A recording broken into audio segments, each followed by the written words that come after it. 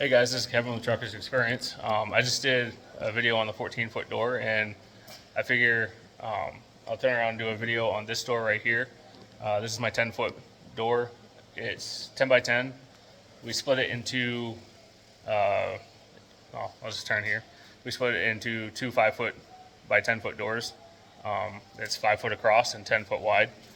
Well, over here, so you can see this door is hinged from the outside with barrel hinges, and it is pretty flush, or fairly flush. You see there is a small gap. That's to allow for the door to actually swing. And then up here, we just have a pin hook to latch into a board that we set up just below the door framing, and then drill the hole in it so that way it will lock the door. As well as down here, we just use the gate latch to secure the two doors together. We primarily use this one just to help pull the doors in, and this one to actually fully lock the doors, because right now with both of them locked, that's all that happens.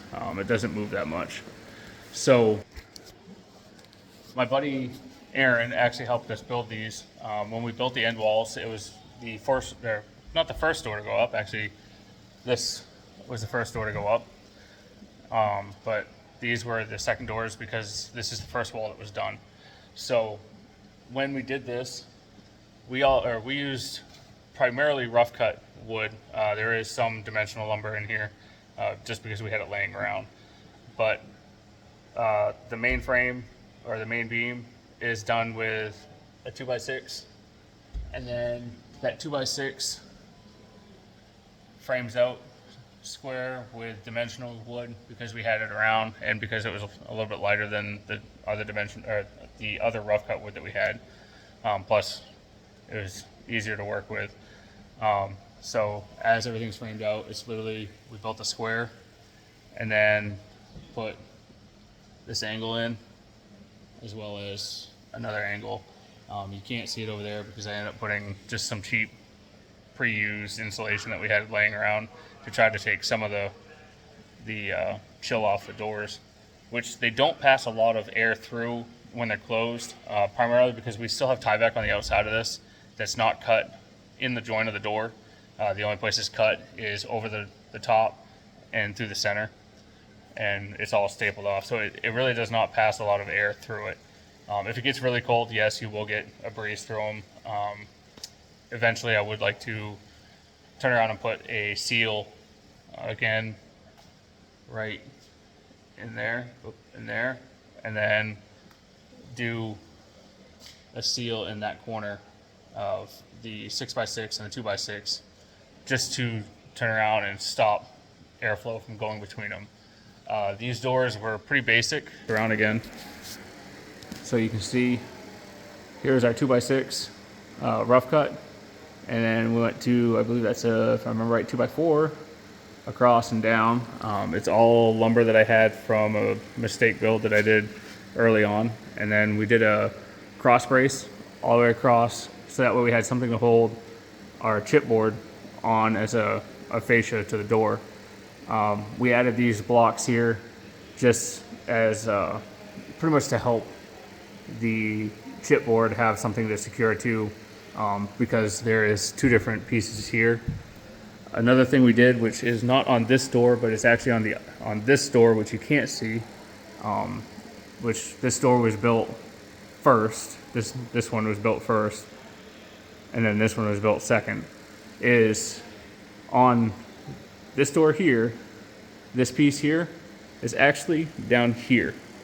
And that's primarily so if we ever have to replace the wood that's on the bottom, this section can just be taken off and then cut out. So it literally would be right here, and we could just knock it out and then put a fresh piece on. Main reason for that is because we are in the Northeast, we are in Maine.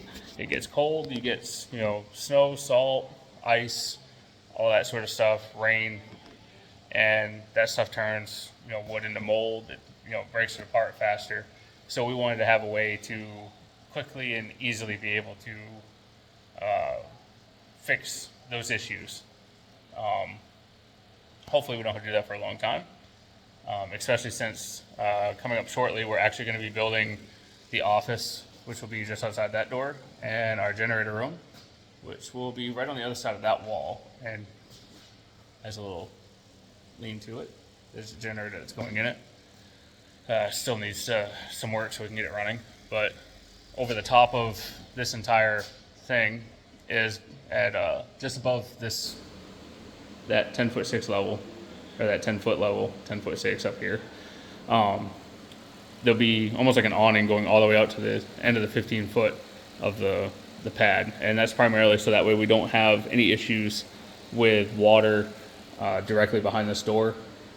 And the other upside is hopefully it will help keep snow and ice and stuff like that away from the doors itself. Out here on this one, I really am not worried about it, but on the back one I am, because where this door lifts vertically and this door swings, I want to be able to swing the door no matter what the weather is outside. So that's a quick look on how the 10x10 door was built, and like some of the mechanisms of how it works and why we did it that way.